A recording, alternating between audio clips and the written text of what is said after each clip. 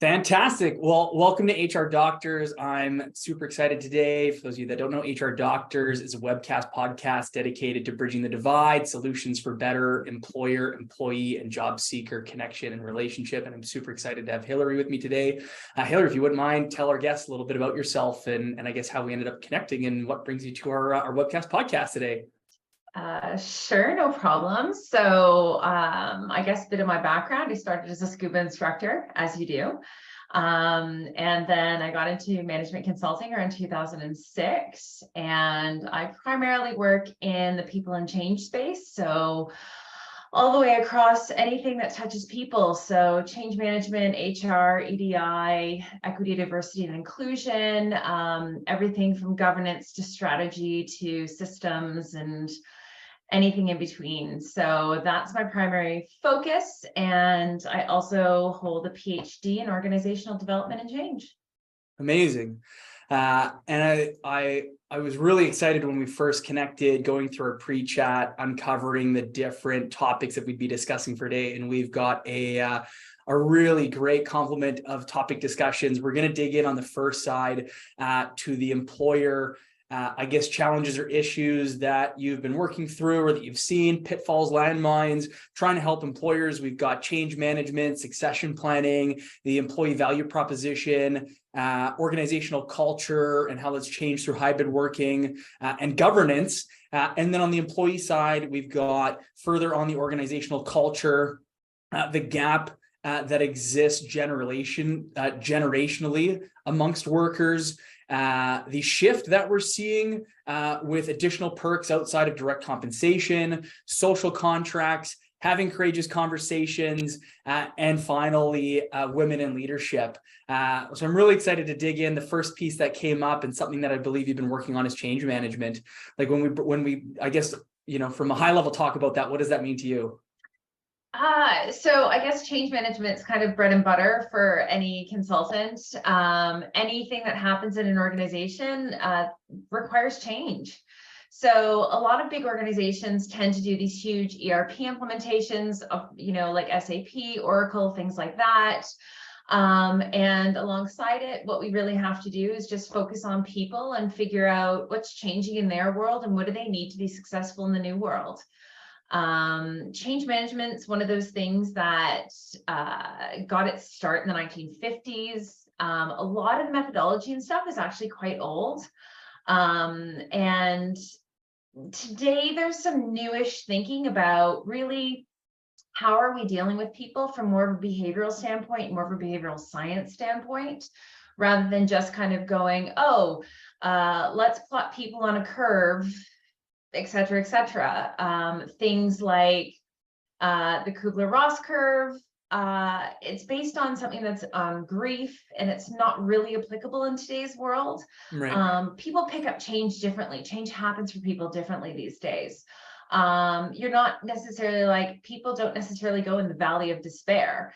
People will challenge you from a very considered standpoint of, this doesn't work for me because.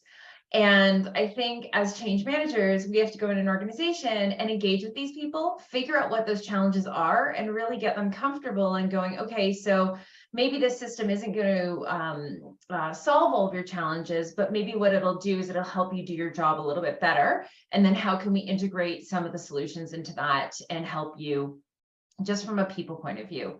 Shoving systems down people's throats doesn't really work anymore. Sure. It never really has.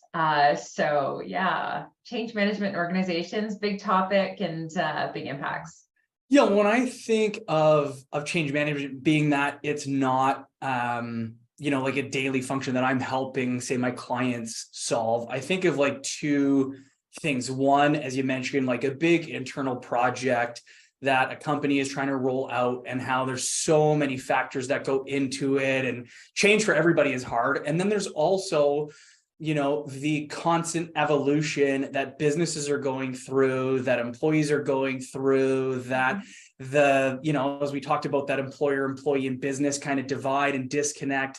Do you look at it on both sides, or has it more been the big project and how do we really make sure we look at all the aspects? I know the other is kind of as HR people that has to be in our purview, but has it been more the big projects, and how do we effectively manage the rollout? So I think you're talking about a few different things there. Sure. There's different categories of stuff that we end up looking at if you're talking about change. Of course, you always have these big IT implementation projects. Those are Yeah. something that's always going to happen just because of the world we live in and how things are, people are, and companies are evolving. Other changes, I mean, it could be as simple as one company acquiring another, right? Right. So you're acquiring a company, and M&A needs change management because we need to figure out what the organizational culture is going to be on the other end, and how are we going to get people acculturated into what, and does that come together? Does it get absorbed, et cetera, et cetera? So there's that case. And then what you have is like the new world of work change. And that's the one where it's kind of the hardest thing to manage because, and this is where a lot of people are struggling. And a lot of people are struggling because, number one, we hold on to what we know. And we know things from our own frame. So two people who grew up on the same street could have had the same life experiences, but view things in a very different way. Because maybe one household, their parents were from maybe Japan, and another household, their parents from Italy. And you have these two different frames of reference, how you see the world, because you absorbed your cultural background. And then even though these two maybe kids who grew up on, you know, side by side on the street, they would have this experience, but they would also have their family's culture that they have to identify with, and you know, they navigate the world from. Both are really valuable, both provide different points of view, and both really need to be considered.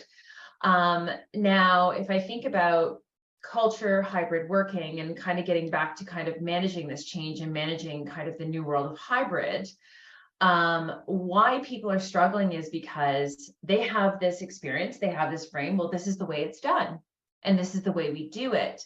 So actually, an executive said to me the other day, well, you know, when I was growing up, everyone went to the office. I don't really understand what's changed. You know, you went to the office, you bonded with your coworkers, blah, blah, blah, blah, like just very much stuck in this is the way of working. Right. And this is the way of working from what, 2015 or before that.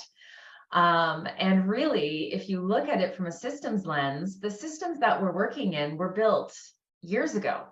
You know, the systems that we operate in offices were built for a different age and a different time.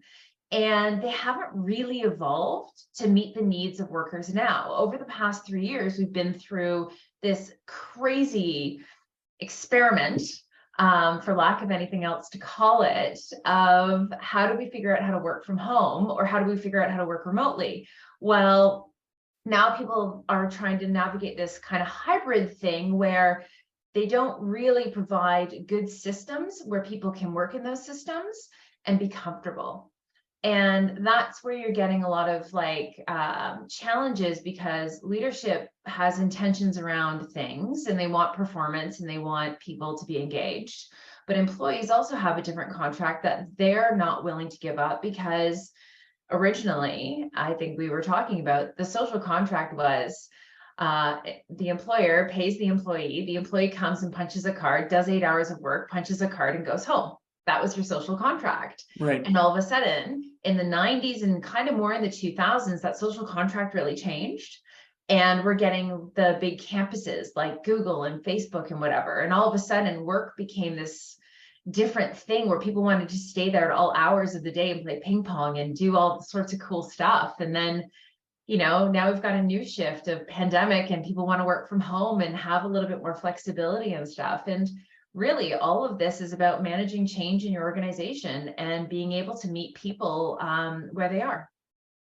Yeah. I mean, obviously some great segues there into some of our like future, I guess, conversation points in the discussion. I suppose from a change management piece, like has it been a shared focus amongst those three different kind of pieces, or have there in your past roles been more of a focus in one area over others?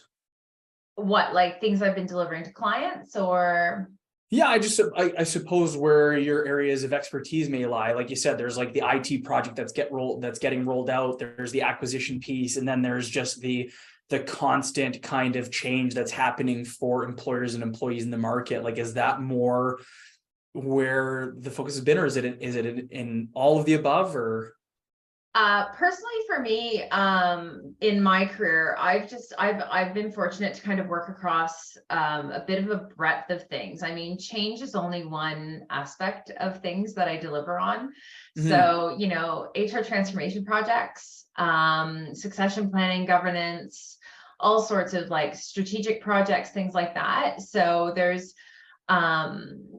I haven't had a kind of a one focus career. It's kind of the suite of people and change. And it's just, it's partially due to the consulting industry and how consulting, we have to flex to what's on the table and what our clients want from us. I got tagged into people and change originally because I did a project at a hospital to do an accreditation project. And I did a whole bunch of leadership stuff as well when I did my MBA. And I think my original, my first job, like real consulting job, was with Accenture. And they tagged me into people and change. They tagged me into, I think it was called talent and organizational performance at the time. Sure. And you just end up getting thrown into all sorts with consulting companies, because it's a little bit of what's coming in the door. And then what can you deliver on? So, you know, it's anything people-y, absolutely. And then it depends on the week. Well, and I guess a bit of a loaded question for you, because I know a lot of the pieces that we're going to touch on are specific to change management within the workplace for employers and employees. But I do know that those big workforce projects like an IET implementation or a merger, as you mentioned, like those also have massive, like I suppose, like ripple effects that need that you know, almost employee focused change management outside of just how we're going to roll the software out, like getting people to utilize new systems and see the value in it. And then if the technology doesn't run out so perfectly, again, I know this is like maybe a little bit off the tangent, but I just wonder if that's something you've been through, and if you had a little like, hey, if, you know, whether large or small, and I think it's great if you've been a part of a large scale, that maybe there's that little piece or tidbit that the small business owner, the mid-sized business that don't have the deep resources, where it's like, you know, if there was one thing I would do different, or this was a great thing I learned, if anything like that comes to mind before we move on to the succession planning topic. Yeah, no worries. I think the biggest thing that I always tell clients when I'm having these conversations around organizational change is that whatever you're doing, about 75, like especially with the IT projects or whatever, 75% of your change is going to be taken care of by training. And I'm talking good training. I'm not talking about, you know, we send you into a classroom, you click a few buttons, and that's it. It's, you know, a fulsome training program where some of it might be gamified. You might have, you know, all sorts of different engagement points. You may have quick start guides. You may have computer-based training, whatever it is. It needs to be fun and engaging. But training is kind of the core of that 75% of change. The 25% is the harder part. And the 25% is all about behavior, and it's all about engagement. How are you actually engaging people in the end? And, you know, there's something called psychological reactance that happens. So in the case, and I love using this, if you have kids and you tell a kid you need to go wear a scarf because it's cold outside, what's the kid going to do? Not want to wear a scarf. I'm not going to wear a scarf, right? Yeah. And that's because there's something going on in that kid's brain that's perceiving a threat, even though you're not threatening, you're trying to help. But because you've told them something instead of engaging them in the process of it, they're going to have something called psychological reactance, where they go, no, I'm not going to do it. Right. Now, if the cool kid down the street walks out of their house with a scarf, and you haven't told anything to your kid, what do you think your kid's going to come running back in the house and ask you? Yeah, I need a scarf. I need a scarf. Cool kid down the road has a scarf. So we've got a level of peer influence. We have a level of leadership going on. We've got all this stuff, but it's all about how you're engaging with people. And it's the same thing with adults. Adults, honestly, they'll go back to acting like kids sometimes. And it's just natural because sometimes we just either we've had a bad experience with something, and so we're scarred from that. We've had poor leadership. We haven't had any support from our peers. We've had no systems changes around us. So like structural changes. So for example, if you're going on a diet, you take all the junk food out of your house, right? Sure. That's a structural change because therefore you're trying to have a behavioral change around something. So I take my junk food out of my house so I don't eat my junk food. Right. Therefore, it's a hassle to go to the store and get junk food. Again, we have to think about like kind of the whole person when we're looking at this whole engagement piece. So how are we going to engage somebody in building maybe a solution? Or how are we going to engage them in allowing them to provide feedback? Because maybe they have a really good idea. Maybe we haven't thought about the fact that if we change this form, this other thing's going to break in the system. And we just don't know because some customer person on the other end, that's what they deal with day to day. Right. So it's about engagement and then training. Nice. That's awesome. There you go. Yeah, fantastic. A really interesting one that we touched on was succession planning. And I don't know if it was, my phone listening to me, but I've had since our chat some really amazing things come up that I think are really relevant. One of the guys, I can't remember his name, but he was on one of Joe Rogan's podcasts, and he talked about how within the next 10 years, a huge percentage of that aged workforce is going to be retiring, and it's of such a high volume of people that we're not prepared for it. And also from like an economical standpoint, that the like new entrants and the millennials to the workforce don't have the funds to be able to help them exit from their investments, from their property, from all the things they need to do to facilitate a really successful like transition in their retirement, which I thought was interesting. But ultimately, it was that conversation around the succession planning and how, whether it's been like known or not, it's a challenge that maybe hasn't been addressed or faced as well. And yeah, what I guess comes to mind for you when that topic comes up? Well, the first thing that comes to mind is I saw an article that said that we're on the cusp of the largest generational wealth transfer that the world has ever seen. Yeah. Which is amazing. And it's amazing to think about, the generation that's dying off right now and that wealth transfer that's going to happen over the next 10 years and what that's actually also going to do in conjunction with so many people retiring from the workforce, because that boomer generation, they're disappearing. So right now, we've got a project at a professional services firm. And one of the big topics is that some of the younger people in the firm, they're feeling like they don't have any transparency to decision making and governance that's going on at the kind of the higher levels. Mm-hmm. And the higher levels, they've always just had this kind of power or authority, and they're loath to let it go. But at the same time, they know that they're going to retire. So it's this weird little dynamic that's happening right now where you have these kind of the old guard that needs to kind of like flip their mindset into instead of the fact that they're retiring, how are they transferring their knowledge and how are they building that next generation? So, and then that younger generation that's coming in to take over in these leadership positions of any organization, how are they actually going to do that? Like, are we going to start matching people? Are we going to have, different cohorts? Do we need leadership training? What are the things that these people actually need to be successful, continue good decision-making in organizations? And how are you actually going to select them? Because you can't just be like, oh, I like John over there. He looks great. We're going to put him in a leadership position. That's not how it works.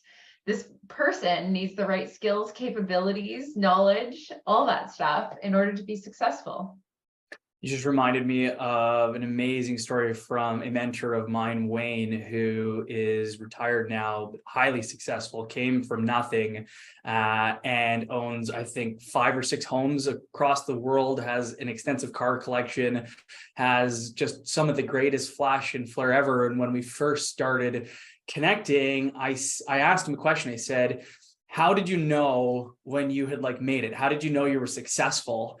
And he said, Brent, if you measure success by like the jewelry I wear and the clothes that or the cars that I have, I could call 10 people right now that would say I'm a failure. And I was like, oh man, like that's such like this great moment. He's like, if anything, I feel like I'm a failure because I failed to effectively succession plan for my business, which he had built this wealth management company. And that he felt that when he stepped away from the firm and retired, that he didn't think the company would survive at the time when we connected, and felt that that was a huge like piece that he had failed to uncover of most of the relationships that the firm had were his, that he had brought in. And how do you create that trust of this expert who's got arguably 50, maybe 60 years of experience in the space to go, I'm stepping away, and Dave here, who's got 15 or 20 or whatever it may be, or 30 or 40, he's going to take care of you now, and those systems. So I mean, yeah, do you think, like, is it a trust piece for those people? Is it just not maybe having the tools? Like, how do you like help them see that, you know, they're hurting themselves by not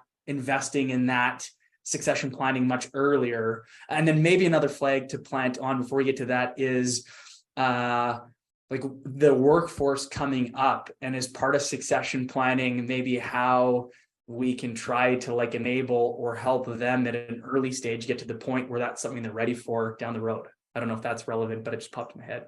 Yeah, no, so with the younger folks, they're not necessarily the ones who are driving. They're not in the driver's seat for this one. It's kind of like the leadership team or whoever's leading an organization needs to take the step. They need to understand that they're the ones who need to start this process. Right. You know, you can always have conversations with people who are in other positions or positions of power in your organization, of course, and you can try to influence that.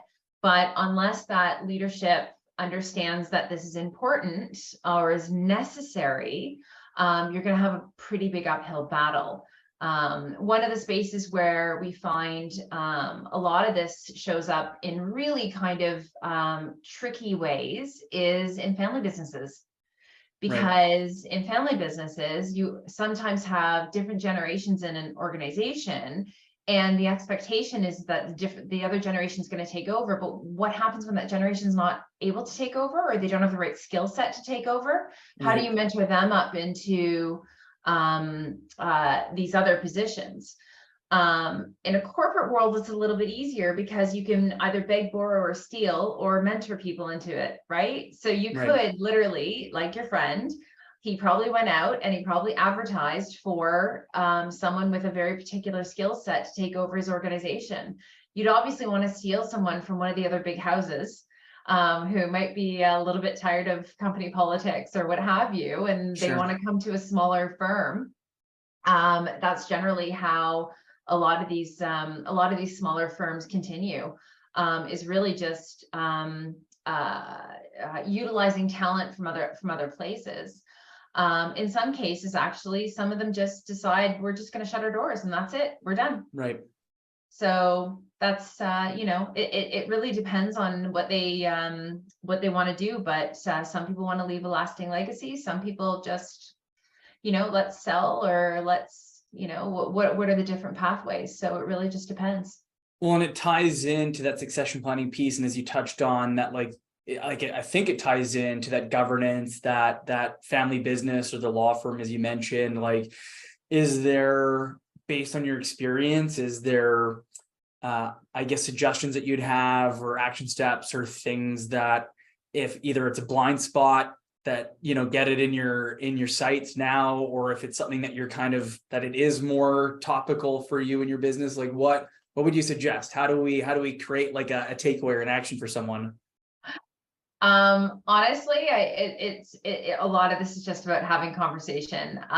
It's people, you can't help someone unless they need help. Does that make sense? Like, unless someone comes to you and they're like, we need to do something about this issue, or we need, you know, we're at the end of our rope, we don't know what to do, can you help us? That's the time where you can kind of engage somebody, because it's like anything else. If people don't want the support, to change something, or to go in a different direction, or to create succession planning, or whatever that thing is.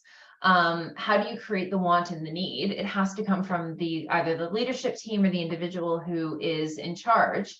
And honestly, generally, something happens in the system that kind of nudges them into action. Like, Right. Yeah. something happens where, you have a near miss, or they hear a story of some terrible thing that happened to someone else. Knock on wood, it's not going to happen to anybody we know or whatever, but they'll hear a story of somebody having something happen. Let's pretend they won the lottery, because that's nicer than something happening to them. They win the lottery and they go off, and there's nobody at the helm of their organization anymore. So right. I think it's something like that happens generally. Yeah, that makes a lot of sense. I suppose like the takeaway might be that if it's not top of mind and it's something that maybe should be like better to address before you get smacked in the face by that near miss or something that puts you in a really reactive position. I wonder, like, again, it's not something that's been close to home for me yet. And I don't know if this is a tough one to answer, but like, is it a Google search and there's lots of experts out there? Like, what if it's not something that's been, in the forefront for me, but I realize it's something like, where does someone even go to start getting, I guess, insights and resources when it comes to like the path you'd go to succession plan? Would you have advice for anyone? So it really depends on what situation you're sitting in. Sure. The big consulting firms, obviously, we all have practices that are built around this. We all have methodologies, and we're all, we're able to deliver on stuff like this. I'm assuming that there's some smaller firms that are around, and there's always lots of stuff on Google and what have you. But there's I think it's one of those things where ask a friend and get a referral. Depends where you're at. Put a post on LinkedIn and get flooded with specialists that'll happily put their hand up. I just honestly, like, sometimes I just ask a friend. Ask someone else in business or whatever, and try to get a friend of a friend, or maybe somebody knows somebody, whatever. An unknown sometimes is really difficult, because you don't really know what you're going to get. Sure. But maybe you follow somebody on LinkedIn, and maybe that person, you quite like what they post and you identify with some of the stuff they're posting. Maybe you can just send a message and connect with them and have a conversation, and maybe that's the best thing you've done. Nice. Love it. Employee value proposition. Again, this is for the employer, like the issues we're trying to help employers solve. So why did that come up as a hot topic for us right now? Oh my gosh. Employee value proposition. It's such an interesting thing these days, because remember I mentioned the social contract earlier, about your social contract was originally you go to work, you get paid, you go home. Mm-hmm. That was the social contract. I feel like the big .com bubble ruined the social contract for everybody, because all of a sudden, before the .com bubble burst, it was all the campus stuff, and it was all the free lunches and this, that, and the other. And it's really interesting, because if I look at things as the internet has developed, I remember the days we did not have internet. The internet developed in my lifetime.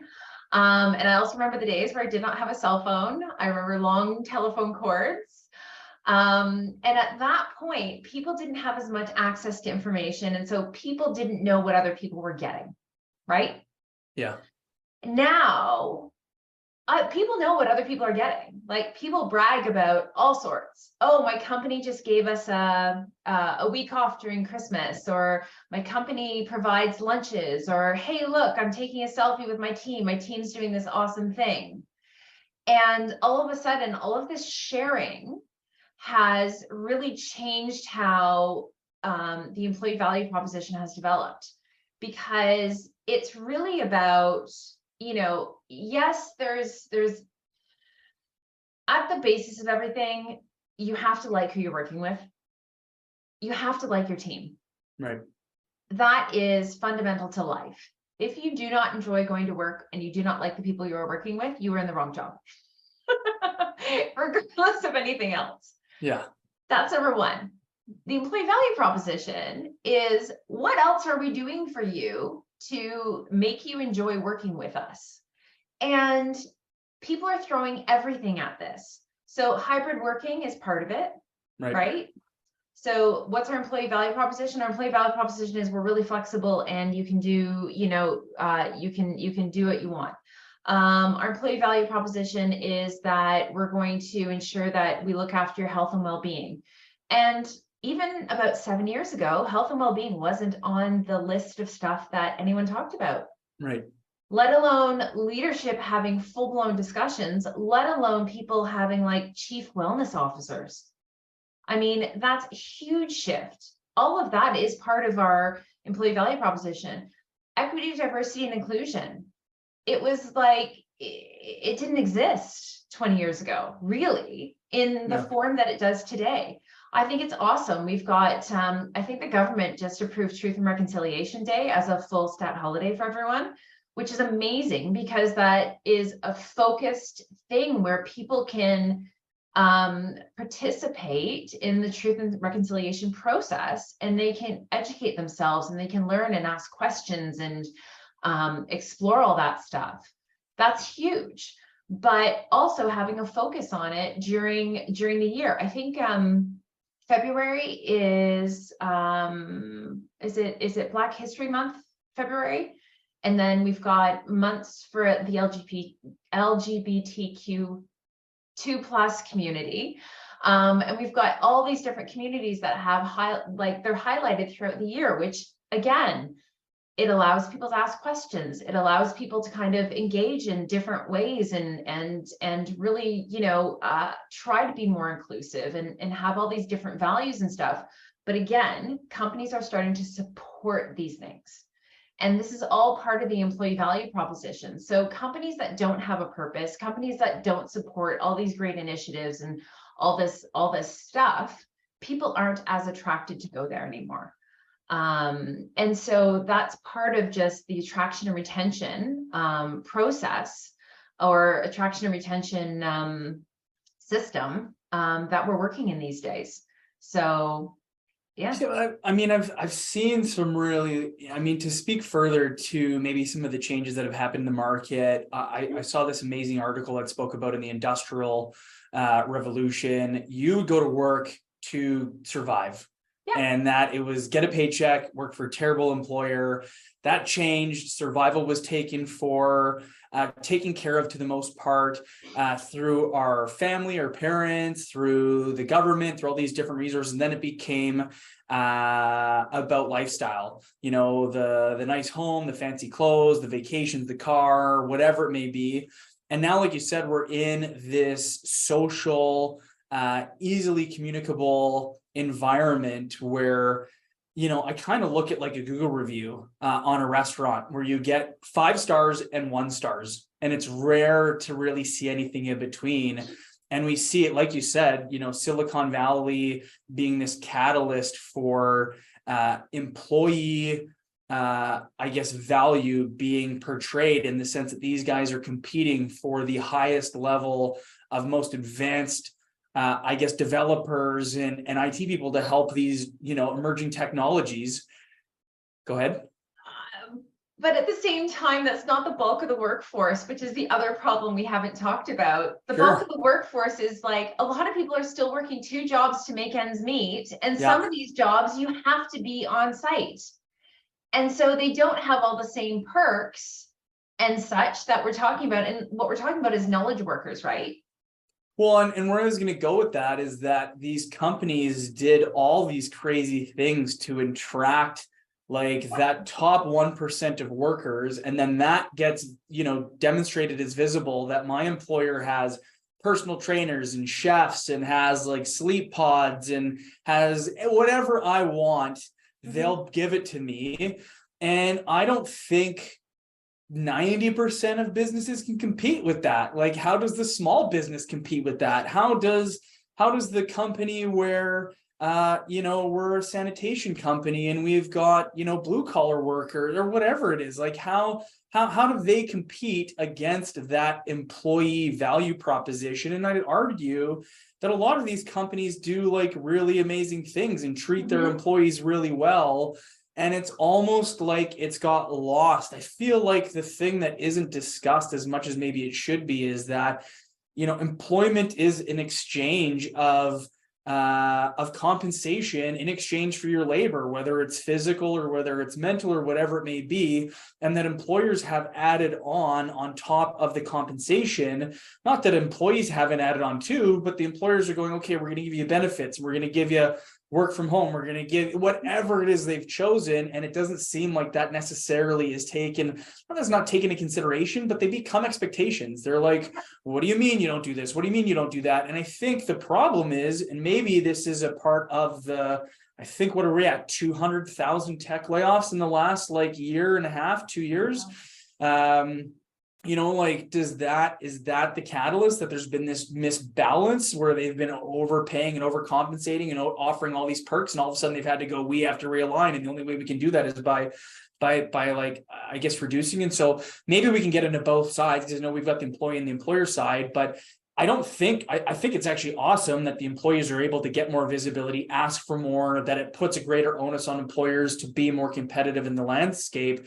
But it also, I think, puts an onus on employees where the employer, I think, to a degree, will do, I think, whatever it takes that they need to do to be able to hire the best people and to retain them. But it needs to be done, for the most part, with profitability in mind. Oh, yeah. And the smaller businesses, you're right, they can't compete. But the smaller businesses, so I'll give you an example. A friend of mine owns a last mile delivery service in another province. And the thing that makes him so successful is just the care that he shows his employees, and small tokens of appreciation, really engaging them every day, making sure he's taking any of their suggestions on board, making sure he solves their problems if there is problems, things like that. It's huge. Yeah. I wonder how you turn that into like a recruitment strategy, because it's hard to say, like, we do these great things. I guess it's good to do it. And I mean, I guess if it's, maybe Glassdoor or somehow being able to articulate that and have your employees support it. But I mean, I still think it's amazing they do that, but that's, does that compete again? And I mean, I guess maybe the employees working there don't have another company vying for their talent that are offering personal trainers and sushi chefs. Like, I know that's not maybe a prevalent thing I even see in Vancouver, but it's things that people see and hear and go, well, what is my employer able to offer me, as part of that just relationship? Yeah, I think in that case, your employees are your recruitment strategy. And you do good things with your employees. Your employees understand that they feel appreciated, they feel valued, they feel like they want to support this organization and they're part of the organization. All of a sudden, your employees are your best source of other people, because who knows, you could just say to everyone, hey, we need to recruit 5 more drivers coming up next month. Put a call out to your friends. And to be honest, in a lot of ways, referrals often work out better than just a general call for resumes. Because a referral is more likely to stay based on, someone knows somebody and that happens to be the right skill set, or that happens to be a similar point of view, and they're happier to stay. Yeah. So again, to circle back, like, I 100% agree. I mean, I think the shift on employers that has made them, I think, take more stock of what's important to their team and what is realistic. I mean, I've even heard here in Vancouver of clients of ours that have had social workers on their staff to provide additional resources to their team post-hire, and as a retention strategy to help them ensure that factors outside of work that maybe in the past resulted in turnover, that they can provide a resource that most employers aren't able to do. And I also think it's fantastic that we're in a time where employees have a lot of access to what other companies are doing, and it creates a greater opportunity for them to have visibility on what is working, what isn't working. I think, like, I don't know if you'd have an opposing view or what your kind of take on it would be, but I do feel the most important piece of that employer-employee relationship is that it all has to, in some way, shape, or form, result in productivity or profitability for the company. I don't think it's sustainable long-term for a company to offer endless perks and benefits that are not sustainable as a result of the company not being profitable. Yeah. Well, at the end of the day, and this is sometimes like when I have a team meeting, I'll preface everything with you know, what are we at the end of the day? We are a for-profit organization. Whereas someone who's in a nonprofit organization, they have different conversations. So it's like you have to frame where you are. And I think you have to be realistic. Absolutely. All these kind of even bigger organizations, they want to have purpose. They want people to feel valued. They want all of that. But you also have to balance that with we are a for-profit organization. So we do have to have some trade-off. You know, you are still going to have to work. There is that. And so to your point earlier about people feeling entitled, that's a really interesting dynamic that does come up every once in a while, especially with some of the younger generations, Right? Where I think they just don't see the 20 years of work that some people have gone through. Right. And they just see the success. Like it's kind of like, well, I should have that success too. And they've missed the 20 years that it took to get to a certain place. Yeah. And on the flip side of it, we are in a instant millionaire culture where other people, they do something silly on a social media platform, and all of a sudden they're overnight millionaires, they're overnight sensations or stars or whatever you want to call them. And so that also breeds a idea that, okay, well, if that person can be an overnight success in this, I can be an overnight success in that. Right. Yeah. And in a lot of ways, it's sometimes you do need a few more extra years under your belt before you are making better decisions, or before you can be promoted to that, VP position. And sometimes it's interesting to see, sometimes we just don't know what we don't know. Yeah. Love it.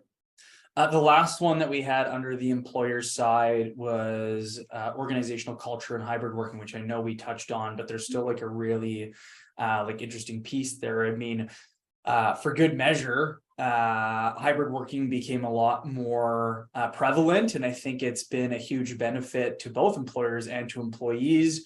And just wondering if you know, I guess what you've seen, I guess both from a positive and maybe some of like the challenges or pitfalls that maybe weren't foreseen that are still maybe causing issues. Yeah, and I think the positives, it really depends on the person who's managing the team, Right. and if they can manage them appropriately. I mean, positives in a lot of ways, people love this flexibility.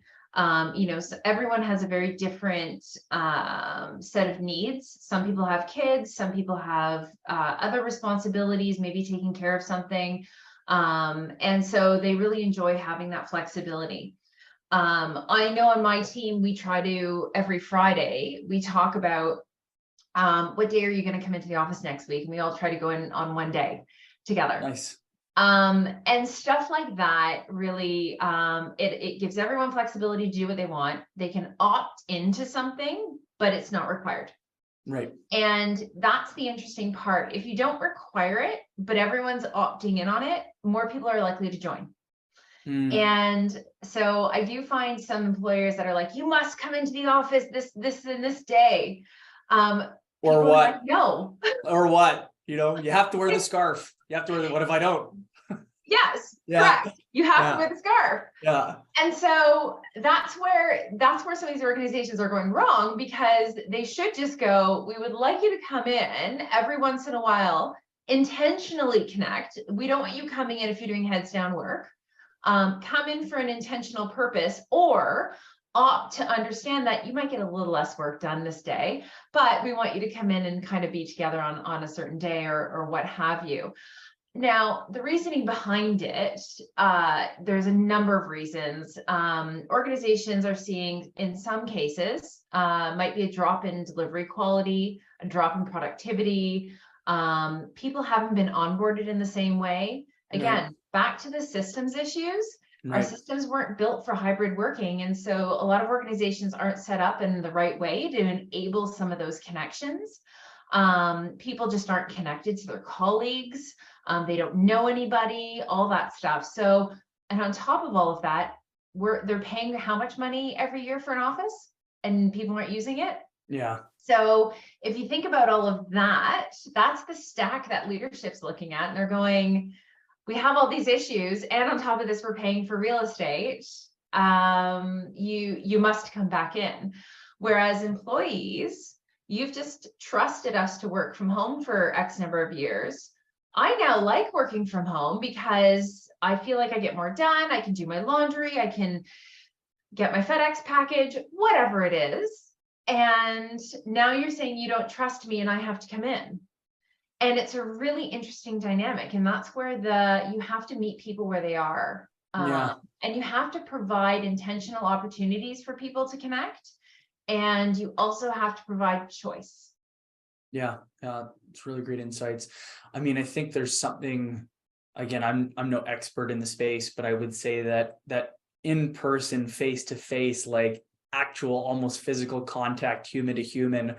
I mean, maybe we'll get there with VR or whatever it may be one day, but again, I don't think that it's necessary, every single week or every day, but I don't know if there's a way to replace it. And I love that the idea of, hey, we're going to try to make a point of being together at the same time. And if it works for you, great. And if not, no big deal, but creating those opportunities. I just don't think that at least I don't know myself, but I don't see how that like interpersonal human connection, that like relationship of people, of employees working together, of working together against that collective goal. I mean, there's some amazing companies out there that are 100% remote, and I'd argue, maybe they're getting it, maybe they've got it figured out in a way, shape, or form. But I mean, we're humans. It's like our nature. Yeah, in some ways, you're always going to have arguments. Some people love going into an office. Some people don't get anything done at home, and that's just the way that they're wired, and that's just the way that they are. A friend of mine has 2 small kids, loves going to the office, loves it. Right. Like, yes, I have my office. I have my corner office. I can close my door. I do not have, and I'm all dressed up like an adult, and I do not have to talk to my children. Right. Right. Yeah. So I think everyone has their own preferences, styles, etc. But what I think mostly leadership needs to really realize is that we need to create better systems for the entire team. And we have to provide options and really address how are we going to be intentionally connecting, but then also how are we going to be supporting people in different ways and meet their needs of where they are. Yeah. I mean, I think it's interesting as I've had some of these conversations, how that presenteeism piece used to be a way people were measured of how long you're here, not how effective your work is. And I think in certain professional organizations where the understanding or expectation is that everybody's work is of extreme high quality, and the fact that you're here for longer than others means you are accomplishing far more. And that may be the case in some, and it is likely not the case in others. And so I think the shift away from that was really positive. But then all of a sudden, like, I guess a new shift gets created for the employee, where it's, if you are going to be afforded, whether we call it a luxury or not, but the ability to work either 100% remote or in a hybrid environment, I think it either is like, again, change management, as you mentioned, or systems or whatever it may be, in terms of how do we measure your productivity, which, again, it doesn't matter what that employee-employer relation value proposition is. It has to tie into to profitability to a degree. And so it's like, I don't know. Like, I don't think it should be micromanagement. I don't know if it should be daily reporting or stuff like that, because I think administrative, but ultimately, like you said, there needs to be a shift or system or some way for the organization. I don't even know if it's trust, but more just that the work is getting done, that we're delivering to our customers stay happy. And is there a threat to the business by not having that like instant visibility? Like, have you seen or heard or had discussions on kind of that part of the hybrid remote workforce? Yep. And one of the biggest things, bums and seats versus productivity. Yeah, And it's really just a mind shift into exactly what you said, which is delivery focused stuff. yeah, So you're measuring people based on what they're delivering, not based on a bum in a seat. yeah, And so if that delivery quality is having an issue, then you need to figure out a system to address it. But if delivery quality is high, and what I say to my team all the time is, you guys are adults. I don't care when you work, just get yeah, it done. yeah, They probably spend more hours working on stuff than I'd want them to. yeah, But again, I'm like, you guys are adults, manage your time. You are like a house plant, go feed and water yourself and get outside for a walk. Because you can't sit in front of a screen 24 hours a day, you'll be fried. So yeah. yeah. Yeah, really interesting stuff. I mean, I think if anything, I don't know if you feel the same way, but I think it's been beneficial to both businesses and to employees and for the overall productivity to be able to access talent in maybe other areas. Like, I'm sure the change was hard, but I feel like overall it was an extremely positive shift for everybody. Like, do you feel like outside of the change management side, do you think there was like, no, this is a lasting issue, there's this piece that isn't good, or is it generally positive? I think it's generally positive. I think people are still struggling with it. Yeah, So I don't think that it's, problem solved. We're good. We're in hybrid working and no problems anymore. I think we still have definitely some people struggling with certain aspects of it. And in those cases, they have to figure out really what problem are they trying to solve, number right. one. Yeah, And number two, how do they want to go forward from that point? right. Awesome. I know we touched on a few points. There's a couple left on the employee side. You touched on it, but it was the gap generationally between like the workforce. Mm-hmm. Yeah, like what are you seeing that's, I guess, creating a challenge there for employees or employers? Well, we've got about 4 generations in the workplace right now. Yeah, And it is really interesting because everyone has their own take on things. And, everyone grew up in a different time. So everyone who's probably about, I'd say around 40 and up, we grew up outside playing in the playgrounds. Dad used to whistle when the lights went out and we used to run home, and that's what we grew up with. There was yeah, no cell phones. You met your friends at the corner, you went over to someone's house, you knocked on the door, hey, can whoever come out and play, whatever. Like, that was how we grew up and that's how we saw the world. right. And then all of a sudden you have this dramatic shift of generations. And they didn't grow up in that world. They grew up in a different world. They grew up in a world of just instant gratification. And it's a very different mindset. It's not bad. It's just what they have to deal with. Like, I look at some teenagers today and the stuff that they have to deal with online and the bullying and everything else that goes on, completely different. Or even the 20-year-olds that we're seeing in coming through now, they grew up in a completely different way than we did. Yeah, And so they have different behaviors, they've got different points of view, they've got different ways of looking at the world. And of course, always you always have to learn from everyone around you. You can't assume that, your generation or the generation above you is, the smartest person in the room all the time. yeah, the ones that got it Um, right. yeah, because someone else might have this great idea that you definitely need to consider. You definitely need to like put into how you view the world or whatever.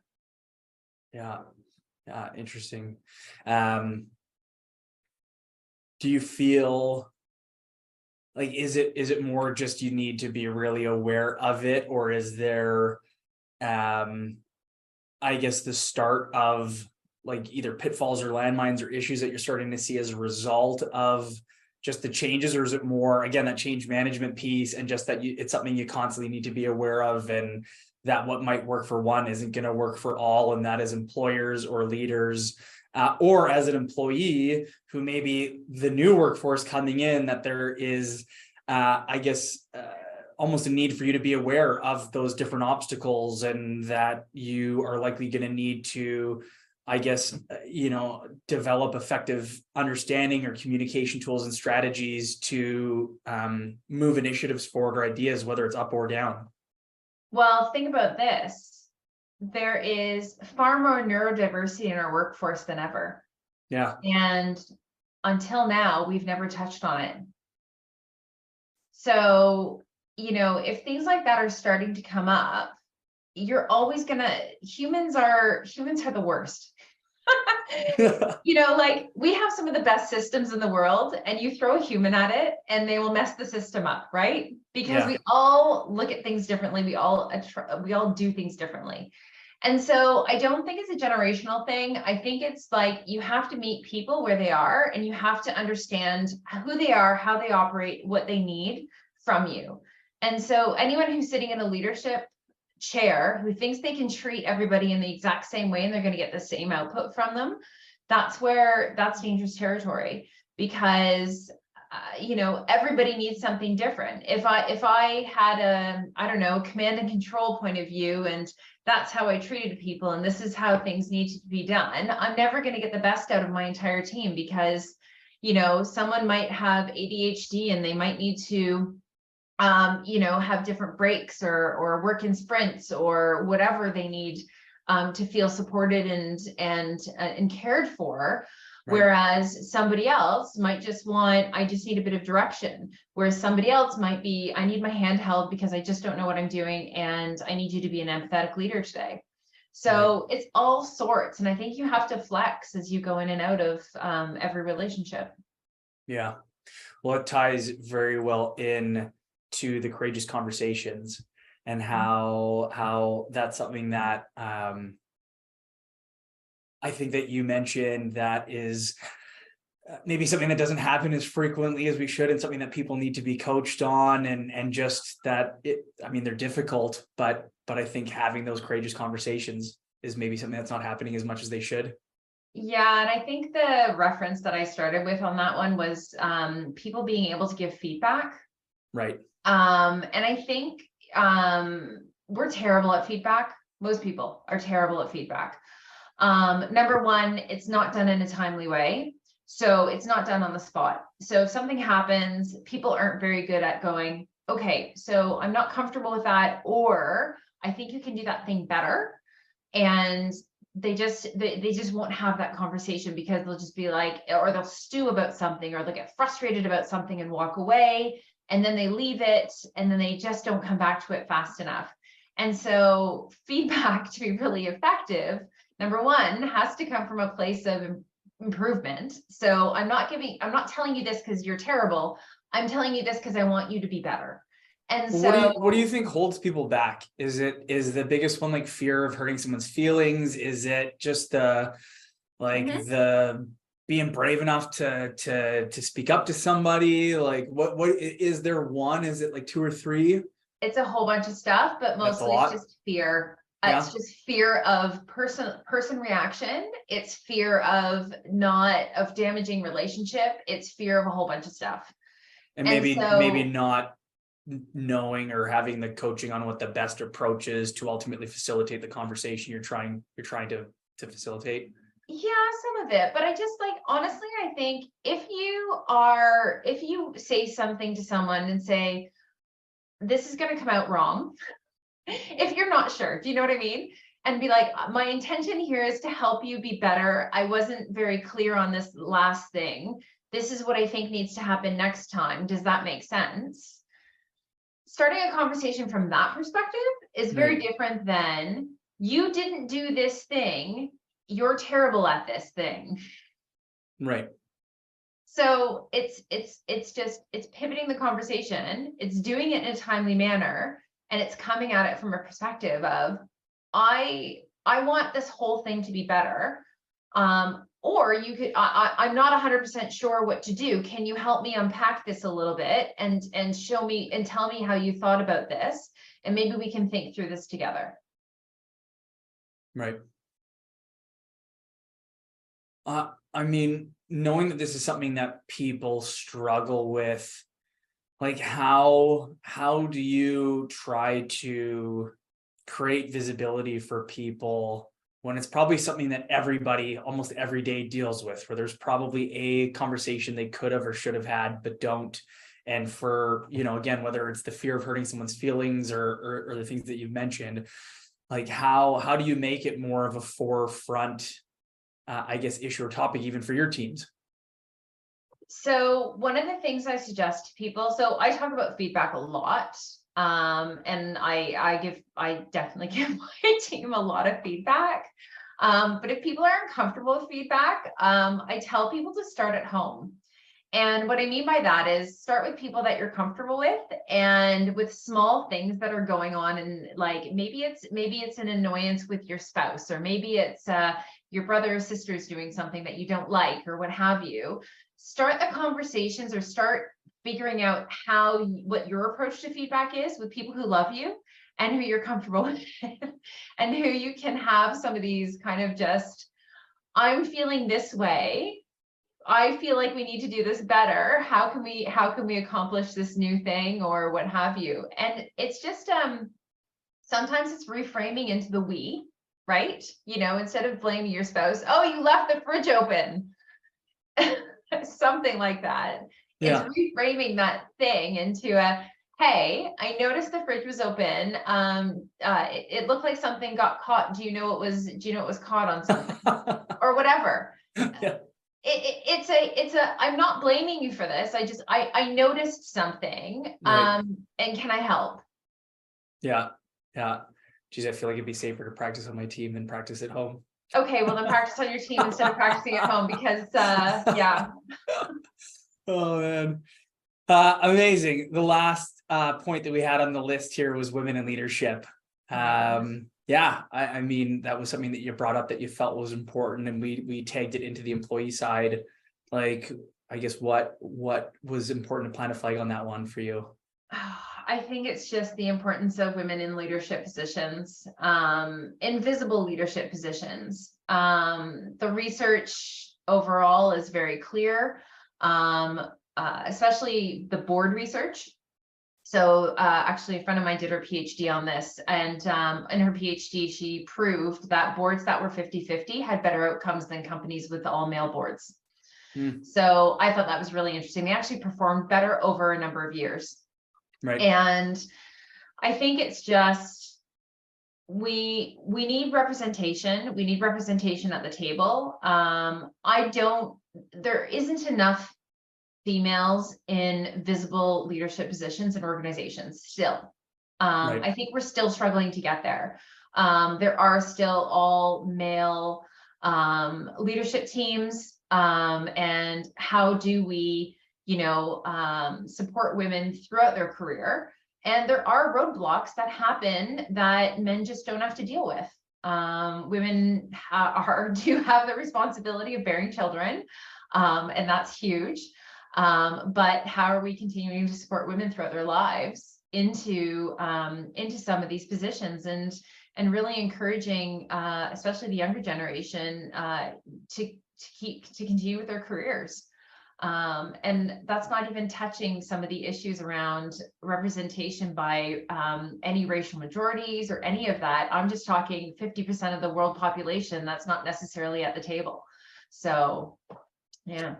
Yeah, I mean, it's a topic that I am far from have any expertise on, but I wonder if like there's anything specific or like actionable things that you feel women could do, or things that are holding them back. Like, what if you feel that they're underrepresented, like what's the change? How do you like help someone act as that catalyst? Like, what would you suggest? How would you kind of suggest someone take whatever that step might look like?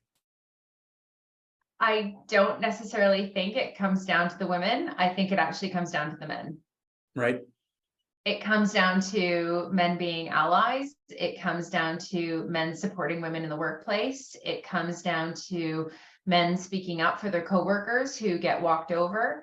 It is up to the men in the room sometimes to deflect that, sometimes a woman might raise an idea and a man might say the exact same thing 2 minutes later, slightly differently, and it gets ignored and the men's idea gets picked up. I've actually noticed it in rooms. It's happened. It's amazing. It's in times like that men need to be allies and speak up and say, no, this wasn't my idea. This was, this woman's idea down the table a little bit more. So let's explore it a little bit more from her point of view. Or it's parroting ideas or supporting ideas. So if a woman speaks up and you think it's a great idea, support. It's all those things. Yeah. And I guess I wonder if you've seen a particular, I don't know if it's industry or segment. I mean, I don't know if you feel this transcends all the way to the small business of less than 10 to the mid-sized firm of 100 versus the Fortune 500. Like, do you feel that it's more prevalent in certain spaces than others? I don't think so. I think, as with anything, it's everything has its nuances. Sure. So you can't say that a company of 10 people with maybe there's a male owner or something like that. Like, obviously, there's one owner in that situation. So Yeah.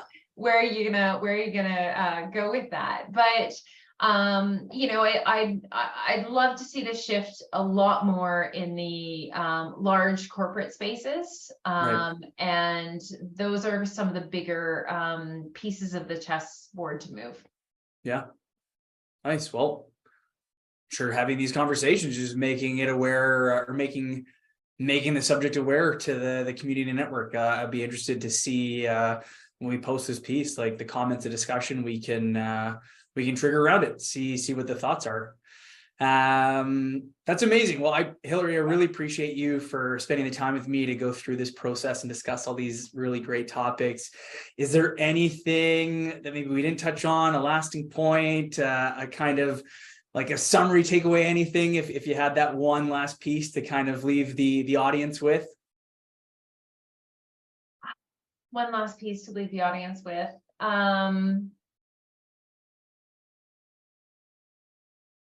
I think the best piece of advice is just keep being human. Awesome. Love it. Well, thank you so much. Again, I really appreciate your time. I obviously will have your LinkedIn posted below, and suggest anybody feel free to reach out, connect with Hilary, follow her posts through the feed. And I'm really interested to see thoughts and comments and info that comes out of our discussion. Again, really appreciate your time. Thanks, Brett.